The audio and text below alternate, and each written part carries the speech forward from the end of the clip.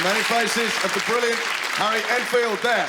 Ladies and gentlemen, I feel it's time to deal with a certain debate that seems to rage in the press. They want to know the difference between alternative and mainstream comedy. Now, I don't understand, but I reckon as a mainstream comedian, I have a duty to look at this alternative business and see what it's about. So I watched some of the weirdest shows, man. I saw this show, it should have been on Channel 4, but it was on Channel 1. It was on ITV, which I thought was very liberal of them, because it was a really weird show. It was a kind of montage piece. It was a kind of collage of disparate images, kind of drug-induced, it was meant to look as if it was all came together at the end to form a whole, but I think you needed to be a student overdosing on night nurse to understand what it was. It was a kind of connection of disparate images, a montage effect. No, it was called Sunday Night at the London Palladium, right? And old Toby comes on, there he goes, good old Toby, winking a smile for every honest English person. On he comes, doing that great gag about having a gap between his teeth. Fantastic stuff, Toby. Brilliant material, well worth 25 years at the top of the showbiz golfing tree. Anyway, on he comes, we're all there with excitement, what's Tom's going to say? And he does his gag about Arthur Scargill's haircut. Fantastic, Tommy. Miners' strike was only over in 1984. You're catching up, you topical bastard, you. Anyway,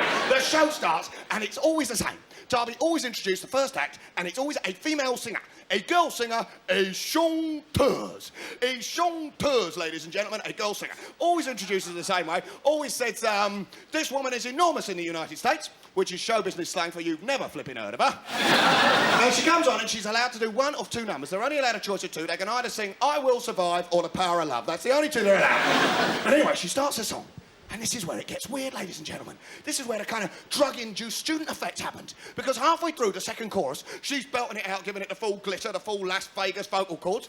And all these pretty little brats kind of sneaked on behind her and suddenly went... for no reason at all. No reason whatsoever. I could not understand what was going on.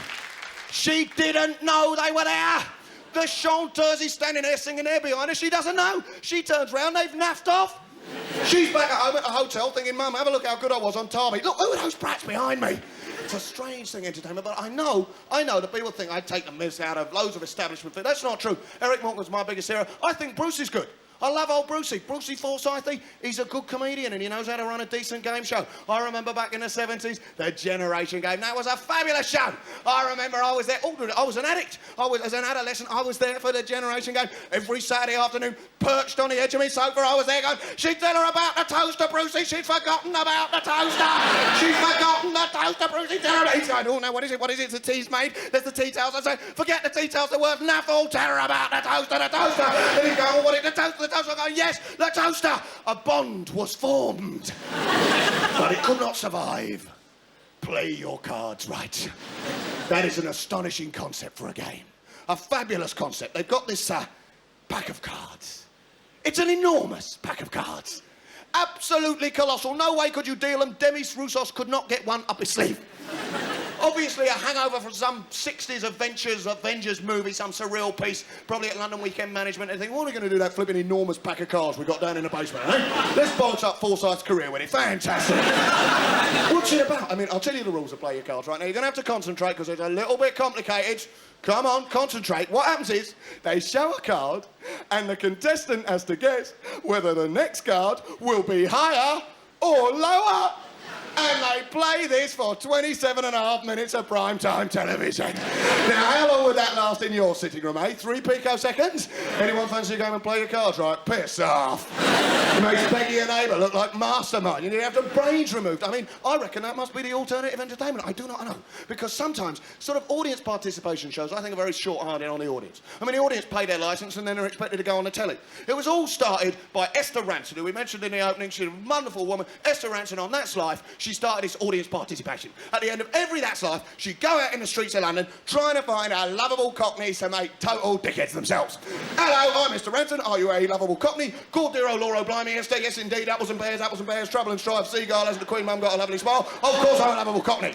Would you like to make a total dick of yourself? Of course I would. Apples and pears, straight heart, seagull, hasn't the Queen Mum got a lovely smile? Of course I'd like to make a dick of myself. There is always some insane old granny, some mad old cockney granny cackling away. desperate to show the world her knickers. She cannot wait. She wants some more knickers. All right, Esther, do the can-can. There we go. Da-da, have a look at my knickers, Esther. There, there's my knickers. Imagine if you had a granny like that. Imagine, I mean, you take your first ever boy or girlfriend home to see your granny and your silver-haired old granny. Granny, this is Cindy. No, please don't do it. Don't. Ah, there's my knickers, Cindy. Have a look at my knickers. Insane. What is this about? The most fabulous audience participation show of all has to be Blind Date. Blind Date is addictive. You cannot stop watching it. It's the most marvellous concept for a show, but very strange.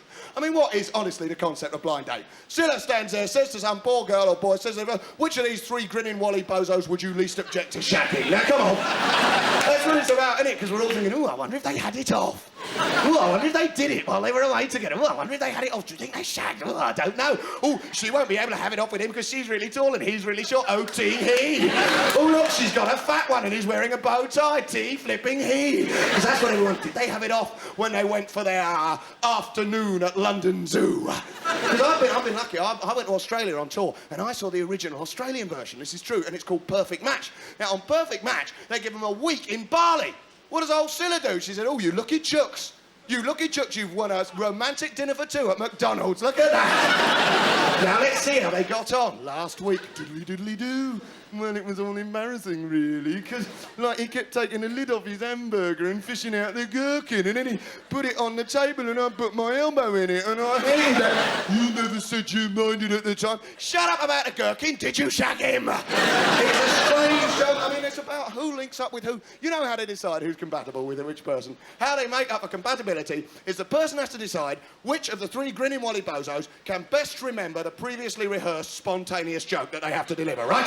I mean, what a way to decide on compatibility. They're not really going to match the right sorts of. I mean, no one could be matched on Blind. I reckon Charles and Di must have met on Blind Date. I mean, I love them dearly, but they're not exactly well matched, are they? I mean, she is a Sloane Ranger and he is a hippie, let's be honest. She should have married Andrew Ridgeley and he should have married Mavis on 4. It's quite clear to me. I mean, imagine, they're on Blind Date. It's a royal blind date. There's Di behind the place. There she is standing with Scylla, and on her other side is Charles and two grinning Wally bozos. You know, they're still there. They are, loads of money's to a man. They're good old boys. They've got the bomber jackets on, the Pringle sweaters and a beautiful stay press. Good old boys, good old British boys. Hoffmeister, follow the beer advert, lovely, good old British boys. Good old lads, bomber jacket, plenty of jewellery, know what I mean, plenty of that. Good old boys. Come Saturday, they'll be on the terraces with a standing ice, but they're good old boys. Anyway, so here goes Di. Poor old Charles is sitting there. He looks about 150 in his tweed coat. Somebody should tell him he's his own worst enemy, because I love him, but he's not a girl. Anyway, so there's her. Scylla says to Di, ask your question then. And Di asks some question, I don't know. Something like, what holiday would you like most? What holiday? And the first grinning Wally bozo says, Ibiza, Scylla, know what I mean? For the birds. And we're having a laugh because he said birds. He said birds. He likes a bit of that. He's a lad. He's a boy. He's a good old British boy, likes some of that. He said birds. All in the audience were having a laugh. He's a lad. He's a one. He's a boy. He said birds. He likes some of that. Hoffmeister, follow the bear. Scylla saying, oh, he's a one and he's a boy. He's a lad. He's a one. He's a boy. He's a wanker, Scylla. We can all see that.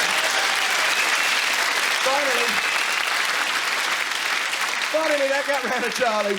Poor old Charlie. Di says, what sort of holiday would you like? He says, well, quite honestly, I fancy a week digging peat in the Outer Hebrides. Now, poor old Di is so sort of out of touch and into the disco scene, she thinks the Outer Hebrides must be a new disco. And Pete must be a new pop sensation to take over from Bros. She says, all right, Charlie, let's get down the Outer Hebrides, dig a bit of Pete. Fair enough. Ladies and gentlemen, I don't know what the difference is between mainstream and alternative, but I know on this show,